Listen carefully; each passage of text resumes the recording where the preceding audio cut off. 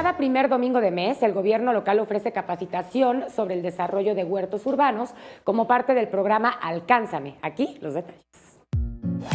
En el marco del Paseo Dominical Muévete en Bici, la Secretaría de Medio Ambiente capitalina lleva a cabo el programa de educación ambiental sobre ruedas Alcánzame.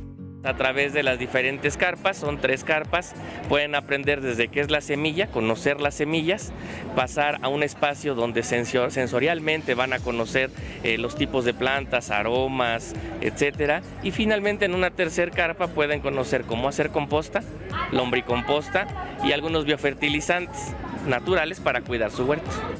A lo largo del Paseo Dominical Muévete en Bici, hay educadores ambientales en bicicletas con la imagen del programa Alcánzame, quienes invitan a los ciudadanos a participar.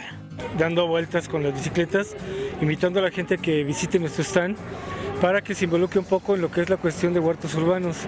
Generalmente lo que vamos a hacer es damos un pequeño folleto, les damos una pequeña, pues que también la gente a veces viene muy rápido, ¿no? Entonces como que los alcanzamos en los semáforos o en el trayecto les vamos invitando a que pues que vengan y que conozcan también el stand.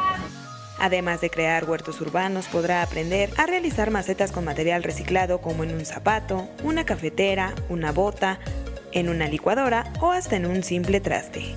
Alcánzame es un programa incluyente dirigido a niños, niñas, adolescentes, adultos, personas con discapacidad y en situación de vulnerabilidad. Se lleva a cabo cada primer domingo de mes en un horario de 8 a 14 horas en la Glorieta del Ángel de la Independencia. Con imágenes de Andrés Brito, Iraíz Morquecho, 21 Noticias.